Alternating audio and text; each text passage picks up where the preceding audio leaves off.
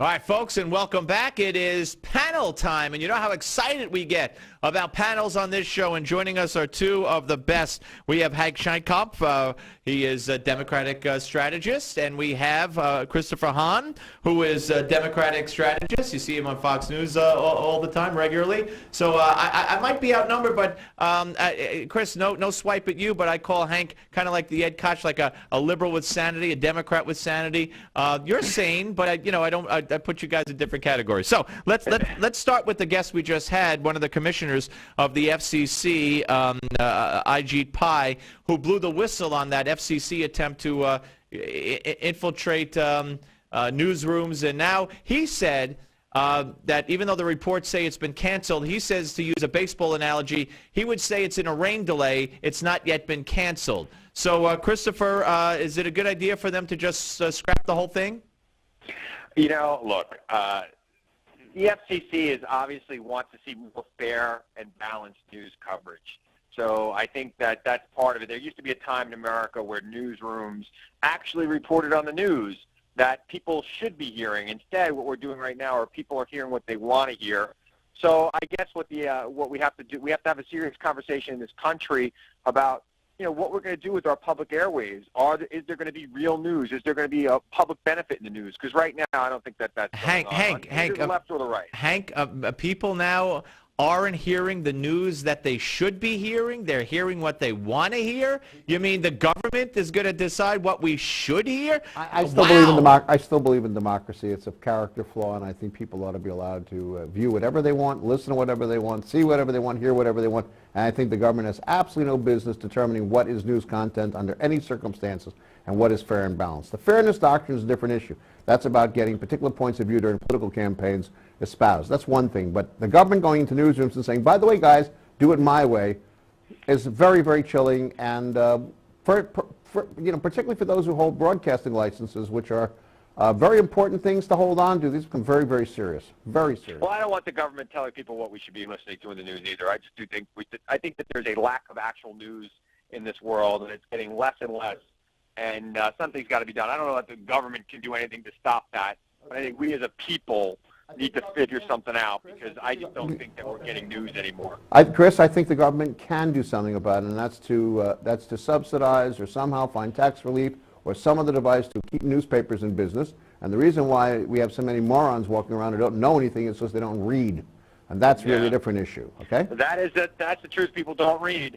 And don't read, become dopey. I don't know that keeping newspapers in business is going to change that. I think that a lot of these internet news services, they have to be more like traditional newspapers, but I don't think that's going to happen right now. Look, we're targeted. News services online.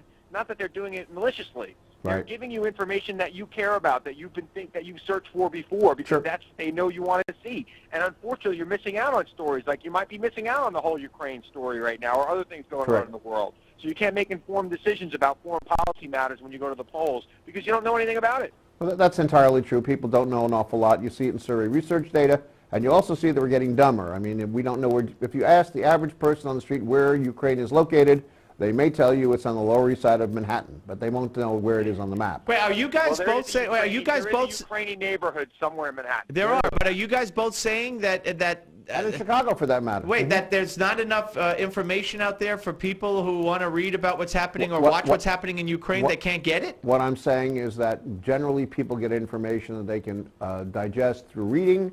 They're not reading, and what's happening is they're becoming dumber. So what you want to do is you want to get people things to read that make some sense, that they can draw some conclusions. And maybe the real issue is that our schools are so putrid that nobody's reading there at all, you see? Well, that is a problem. Our schools are putrid, and if you want to go into a whole other sidebar, we're all sitting here in New York City, and now the mayor's wife talking about how we have to have universal pre-K for everybody. Meanwhile, she's also against charter schools. He's against charter schools. They have no problems with the teachers' unions. They had several people interviewed to be chancellor of New York City Public Schools, and they all said no, because this guy is so in the Stone Ages when it comes to moving forward with the education system that they didn't want any part of it. So, I mean, and this universal pre-K, let me just say, Chris, I'll go to you. It smacks to me of, hey, we got to give people people a place to babysit their kids. And they want, get this, there's not enough school buildings, so they're going to have activist groups like the Acorns of the world run the schools, have their buildings house the schools. I mean, this is a total takeover by the government to brainwash our kids. Well, Steve, you might, maybe because there's no newspapers anymore, you didn't miss the report that Acorn has an existence. Well, I mean, Acorn-like groups. They're in other forms now. But look, I'm going to split the baby here with you. Look, I believe in universal pre-K. I was just at a luncheon with Jeb Bush where he was the keynote speaker, and he talked about his great accomplishment of getting universal pre-K in the state of Florida. I think it's a good thing when accompanied with real teachers in the classroom. But look, I'm also pro-charter school. I think that especially in some of the worst-run districts, there needs to be some choice there. And you need to give kids an opportunity that really want to learn, an opportunity and a safe haven for them to learn. Hank, 4,000, 8,000 more teachers to be hired to run universal pre-K? Look, Look. Wait, let Hank go. Let Hank go. Go ahead. Listen, the city of Newark is living proof that charter schools work. Look at the statistics. Who gets out of public school alive, and by that I mean goes forward, goes on, and who goes out of charter schools and gets onto the next level of life. That's number one. Number two, hiring more teachers. If it does the job and gets our children to read, they're all our children. Would you rather have them reading and thinking and getting ahead in their lives, or would you rather have them in state prison? Those are the options here. Really? You mean it all hedges on pre-K? It all hinges on getting started in life properly and having appropriate images to follow and people to model and mentor after. Well, I never went to pre-K, and there is no pre-K. There's never been pre-K in New York City, and I think kids have done traditionally pretty good. Head Start has done pretty good for a lot of people, and call it pre-K if you will, but sure has helped an awful lot of people, and we've got a lot of people going to college because of it. All right, Chris, let's talk about the military. The Army is going to be cut back to pre-World War II troop levels under Barack Obama as the world continues to collapse around us. And Chuck Hagel, in making this announcement, said the world's more dangerous than ever. We face more threats than ever. So here are the budget cuts. I don't even get it. Well, another thing that is not in the paper, we don't really use troops the same way as we used to, and I think if we could cut back, let's cut back. We're using drones more and more. We're using technology. Things have changed. The world has changed, and we can't be stuck in a pre-World War II mentality with our defense. We have to be using modern technology to fight modern wars. Boots on the ground, nation-against-nation conflicts, that's not happening anymore. We're dealing with a worldwide terrorist threat that deserves a different type of force, smaller, faster, better. That's what we need, and that's what we're doing. People might want to call this weak on defense. They're out of their mind. This is actually fiscal prudence, and we're going forward with a real policy that's going to change the way we fight wars because the world has changed. So, Hank, there's not a need for as many boots on the ground. How do we know where the next conflict will be? How do we know what the next conflict will call for? What it means is that we need a stronger Air Force. We need a stronger Marine Corps for rapid response, and that's our rapid response entity.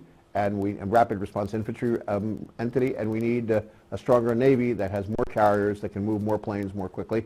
But the problem here is somewhat different. No one believes this on top of the present set of circumstances where the United States looks absolutely weak and paralyzed in foreign policy because the wedding of foreign policy and military action is not insignificant, is just a kind of a kick in the head. That's what we're responding to. All right. Hey, guys, it's been a pleasure. Christopher Hahn and Democratic strategist Hank Sheinkopf, both of you, thank you very much. Appreciate you being on the panel. Thanks for having us. All right, Chris. Pleasure. Thanks, Hank. Appreciate it very much.